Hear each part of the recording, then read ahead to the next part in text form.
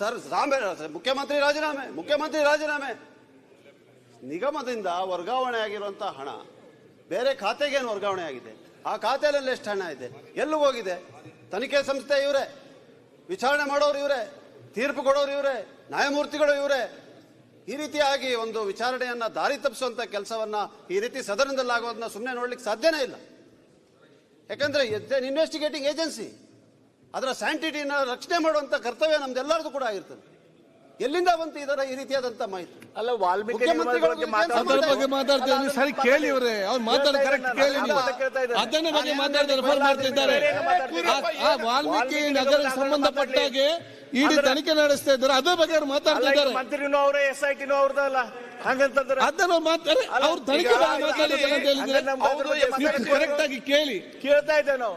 ವಾಲ್ಮೀಕಿ ನೀವು ಸುಮ್ಮನೆ ಅಬ್ಜರ್ವೇಷನ್ ಮಾಡ್ಬೇಕಂತ ಮಾತಾಡಬೇಡಿ.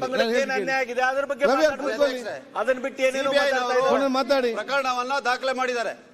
ಸಿಬಿಐನವರು ಪ್ರಿವೆನ್ಷನ್ ಆಫ್ ಕರಪ್ಷನ್ ಆಕ್ಟ್ ಕೆಳಗಡೆನೂ ಪ್ರಕರಣವನ್ನ ದಾಖಲೆ ಮಾಡಿದ್ದಾರೆ. ಆ ಪ್ರಕರಣ ದಾಖಲೆ ಆಗಿರುವಂತ FIR ನಲ್ಲಿ ಯಾರು ಬ್ಯಾಂಕ್ ಸಂಸ್ಥೆ ಇದೆ ಅವರನ್ನು ಆರೋಪಿಯಾಗಿ ನೇಮಿಸಿದ್ದಾರೆ.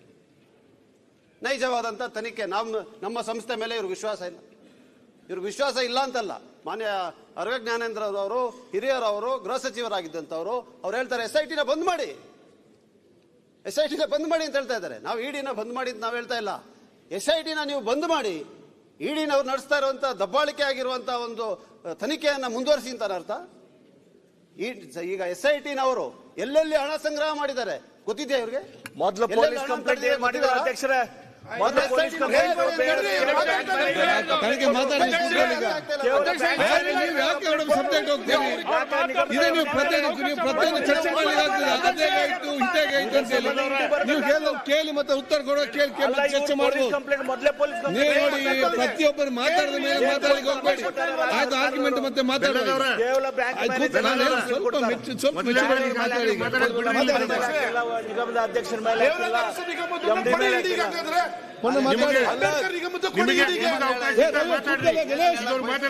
ಗಣೇಶ್ ಕೂತ್ಕೊಳ್ಳಿ. ಗಣೇಶ್ ಅವರೇ ಕೂತ್ಕೊಳ್ಳಿ. ಪೊನ್ನರು ಮಾತಾಡಿದ್ರೆ ಕೂತ್ಕೊಳ್ಳಿ. ನೀವು ಕೂತ್ಕೊಳ್ಳಿ, ಇವರೇ ಕೂತ್ಕೊಳ್ಳಿ. ಮಾನ್ಯ ಅಧ್ಯಕ್ಷರೇ, ಗಣೇಶ್ ಕೂತ್ಕೊಳ್ಳಿ. ನೀವ್ ಯಾರು ಮಾಡಿ ಎದ್ದ ಕೂತ್ಕೊಳ್ಳಿ, ಕೂತ್ಕೊಳ್ಳಿ ಅಮ್ಮ. ಬರುವುದೇ ಲೇಟು, ಮತ್ತೆ ಇಲ್ಲಿ ಕೂತ್ಕೊಳ್ಳಿ. ಅಧ್ಯಕ್ಷ ಸ್ಟಾರ್ಟ್ ಮಾಡಿ. ಸಿಬಿಐನವರು ಮಾಡ್ತಾ ಇರುವಂತ ತನಿಖೆನೂ ಮಾಡಲಿ, EDನವರು ಮಾಡ್ತಾ ಇರುವಂತ ತನಿಖೆನೂ ಮಾಡಲಿ. SIT ಈಗಾಗಲೇ ಸಾಕಷ್ಟು ಹಣವನ್ನ ಸಂಗ್ರಹಣೆ ಮಾಡಿದಾರಲ್ಲ, ಅದನ್ನ ಮುಚ್ಚಿಬಿಡಿ ಅಂದ್ರೆ ಏನರ್ಥ? ಹಣ ಸಂಗ್ರಹಣೆ ಆಗಬಾರ್ದು, ಮುಂದಕ್ಕೆ ಹೋಗ್ಲಿ, ಸಂಗ್ರಹಣೆ ಆಗಬಾರ್ದು, ಅದೆಲ್ಲೆಲ್ಲಿ ಹೋಗ್ಬೇಕು ಅಲ್ಲೆಲ್ಲಿ ಹೋಗ್ಲಿ. EDನವರು ಬಂದು ಇವ್ರ ಮನಸ್ಸು ಬಂದಂಗೆ ತನಿಖೆ ಮಾಡಲಿ, ಸರ್ಕಾರಕ್ಕೆ ಕೆಟ್ಟ ಹೆಸರು ತಂದು ರಾಜಕೀಯ ಲಾಭ ಪಡೀರಿ ಅಂತ ಹೇಳುವಂಥದ್ದೇ ಇವ್ರ ಉದ್ದೇಶ. ಇದೇ ಅವರ ಉದ್ದೇಶ. ಇದು ಸರಿಯಲ್ಲ. ನಾವು ಕಾನೂನಾತ್ಮಕ ಆಡಳಿತದಲ್ಲಿ ನಂಬಿಕೆ ಇಟ್ಟಿರೋ ರೂಲ್ ಆಫ್ ಲಾ ಸೊಸೈಟಿ, ಕಾನೂನಿನ ಪ್ರಕ್ರಿಯೆಗಳಲ್ಲಿ ಯಾರೂ ಕೂಡ ಅಡ್ಡಪಡಿಸಬಾರ್ದು. ಇವತ್ತು ಯಾವ್ದಾರ ಒಂದು ತನಿಖೆ ನಡೀತಾ ಇದ್ದಂತ ಸಂದರ್ಭದಲ್ಲಾಗ್ಲಿ, ಕೋರ್ಟ್ನಲ್ಲಿ ಪ್ರಕರಣ ನಡೀತಾ ಇರುವಂತ ಸಂದರ್ಭದಲ್ಲಾಗ್ಲಿ, ಕಮಿಷನ್ ಆಫ್ ಎನ್ಕ್ವೈರಿ ಆದಂತ ಸಂದರ್ಭದಲ್ಲಾಗ್ಲಿ, ಆ ವಿಚಾರಣೆಯ ಬಗ್ಗೆ ತಮಗೆ ಎಲ್ಲಾ ಮಾಹಿತಿ ಗೊತ್ತಿರುವಂಗೆ ತೀರ್ಪು ನೀಡುವವರ ತರ ಸದನದಲ್ಲಿ ಮಾತಾಡಿದ್ರೆ ಏನಾಗ್ಬೇಕು? ಅಲ್ಲಿ ತನಿಖೆ ನಡೀತಾ ಇರೋದು.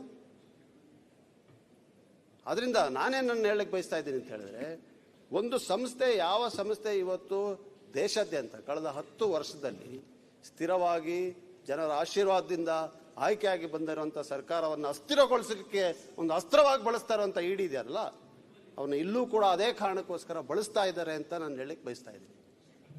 ಅದು ಇವರ ವಾದದಿಂದ ಸ್ಪಷ್ಟವಾಗ್ತಾ ಇದೆ. ಮುಖ್ಯಮಂತ್ರಿಗಳು ರಾಜೀನಾಮೆ ಕೊಡಬೇಕು.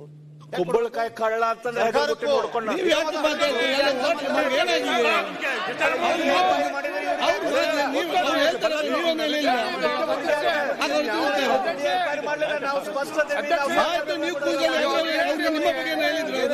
ನಿಮ್ಮ ಬಗ್ಗೆ ಹೇಳಿದ್ರ?